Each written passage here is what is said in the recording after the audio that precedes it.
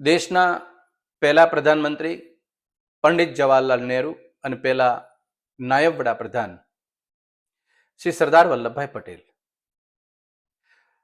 સરદાર વલ્લભભાઈ પટેલની હયાતી હતી એ દરમિયાન આ દેશના પ્રધાનમંત્રી પંડિત નહેરુએ 4 વખત વિદેશ પ્રવાસ કર્યો અને 4 વખત આ દેશના પ્રધાનમંત્રી પદનો કાર્યભાર કાર્યકારી પ્રધાનમંત્રી પદ તરીકે શ્રી સરદાર વલ્લભભાઈ પટેલને સોંપીને ગયા હતા. આ ઘટના અને આ કિસ્સો પ્રધાનમંત્રી અને નાયબ વડાપ્રધાન એ બે વચ્ચેની એક વિશ્વાસભરી કડી બતાવે છે અને દેશ હિતમાં લેતા હતા. કોઈ પણ નિર્ણયો જે છે એ દેશના વિકાસમાં લેતા હતા. એટલો સંદેશો છૂટે છે અને લોકશાહીના મૂલ્યોનું અને બંધારણનું જતન કરે છે. દેશની જનતાએ એની સીધી રીતે નોંધ લીધેલી છે.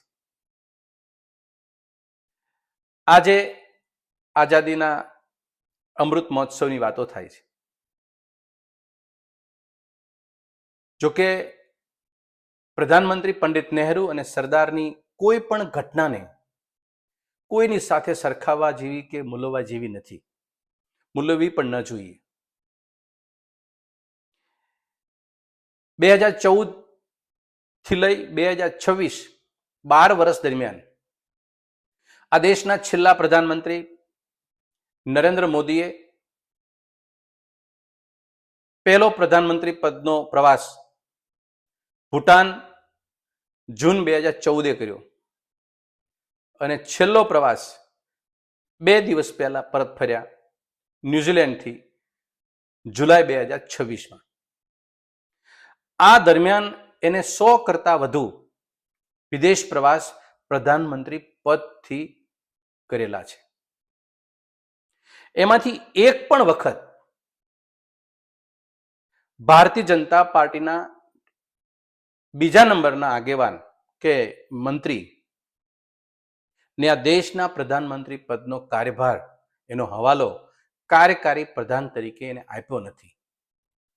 આ સીધું સૂચવે છે કે પ્રધાનમંત્રીને એના પોતાના સિનિયર મંત્રી ઉપર એક વાળ જેટલો ભરોસો નથી.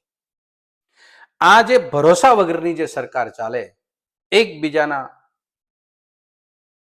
વિશ્વાસનો અભાવ હોય, અનુશાસનનો અભાવ હોય, શિસ્તનો અભાવ હોય, બંધારણીય મૂલ્યો સચવાતા ન હોય, લોકશાહીની વલે થતી હોય, આવી પરિસ્થિતિનું નિર્માણનો આ સંકેત છે.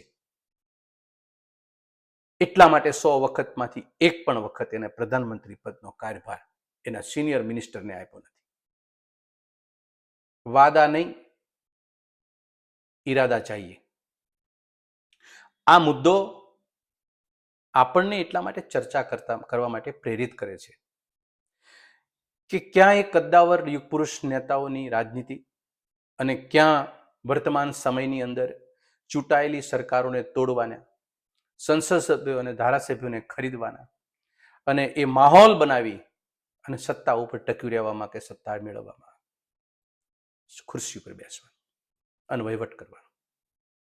એટલા માટે મેં ફરી અગાઉ કીધું કે એ કિસ્સો અને આ કિસ્સાને સરખાવવા જેવો નથી, પણ દેશના નાગરિકોએ, દેશના લોકોએ ઇતિહાસ તરફ નજર કરવા જેવી ખરી કે એ સમયે એ આગેવાનોમાં કેટલું મ્યુચ્યુઅલ અન્ડરસ્ટેન્ડિંગ હતું, એ અન્ડરસ્ટેન્ડિંગ કેટલું દેશ હિતમાં હતું, આજે કેટલું મ્યુચ્યુઅલ અન્ડરસ્ટેન્ડિંગ છે અને એ કેટલું દેશ હિતમાં છે.